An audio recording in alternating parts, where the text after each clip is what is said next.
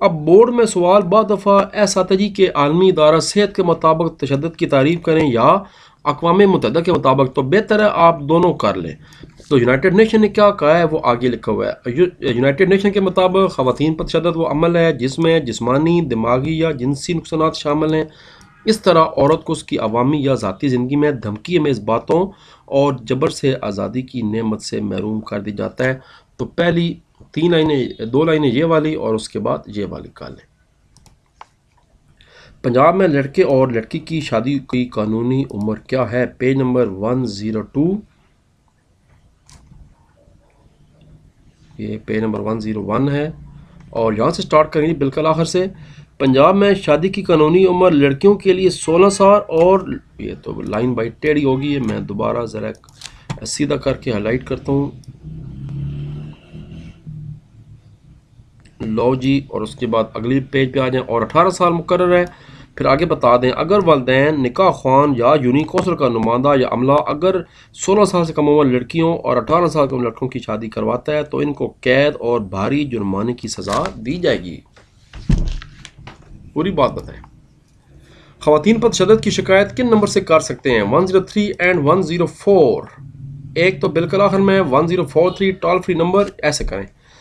متاثرہ خواتین اگر سینٹر نہیں آ سکتی تو اس کے لیے ٹول فری نمبر قائم کیے گئے ہیں۔ آپ سیدھے سیدھے جواب بتا دیں۔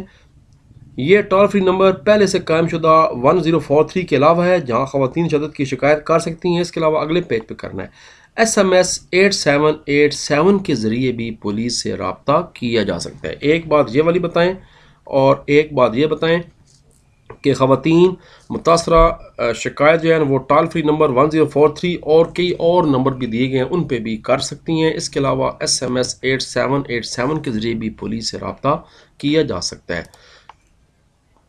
اس میں کچھ ایکسٹرا سوال بھی ہیں جو میں بعد میں کروں گا، جیسے سوال ہے سائبر کرائم سے کیا مراد ہے، یا سوال ہے کہ تحفظ نسواں ایکٹ کن جرائم سے خواتین کو تحفظ دیتا ہے، یا پھر سوال ہے خلا اور طلاق سے کیا مراد ہے۔ تو اس طرح کے کچھ اور شارٹ ہیں جو میں بعد میں آپ کو ایکسٹرا ویڈیو میں کرا دوں گا۔ 4 ٹاپک ہیں اور چاروں لانگ ہیں۔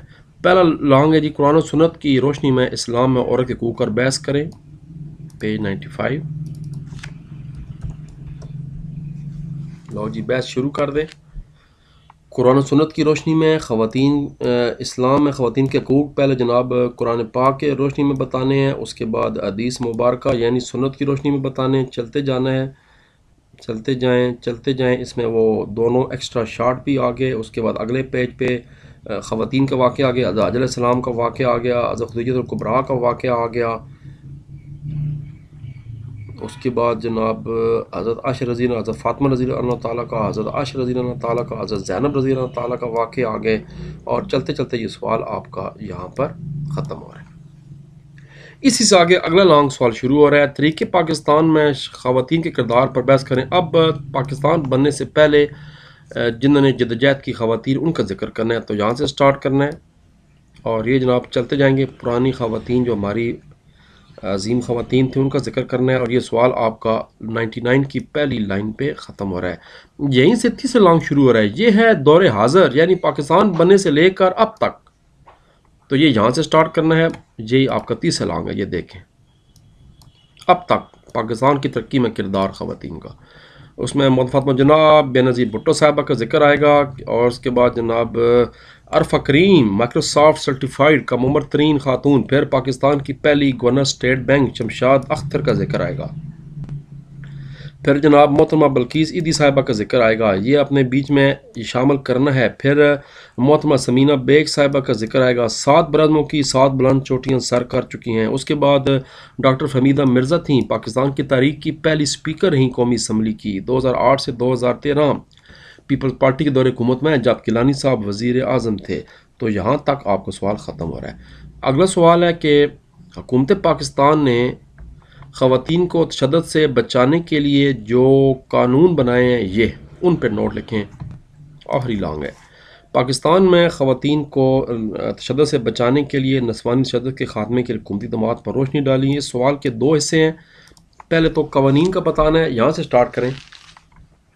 پاکستان میں عورتوں پر تشدد کے خاتمے کے لیے حکومت نے مندرجہ ذیل اقدامات کیے ہیں۔ پنجاب میں کم عمری کا شادی کا ایکٹ، یہ تو شارٹ کوسچن بھی آ گیا، اس کے بعد حکومت پنجاب کا تفصیل نسواں ایکٹ، اس میں سے ایکسٹرا شارٹ ایک بنتا ہے، میں بعد میں کراؤں گا، پہلے یہاں تک لکھنا ہے.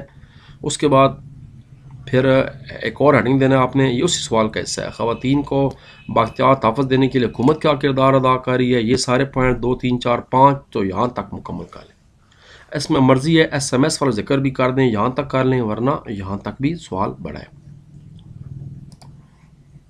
اور اس کے بعد جناب اب باری ہے انگلش والے چیپٹرز کی، تو اپنا خیال رکھیے، ملاقات ہوگی آپ سے انشاءاللہ شارٹ کوسچنز پہ. اللہ حافظ، see you and bye bye, take care, Pakistan زندہ باد.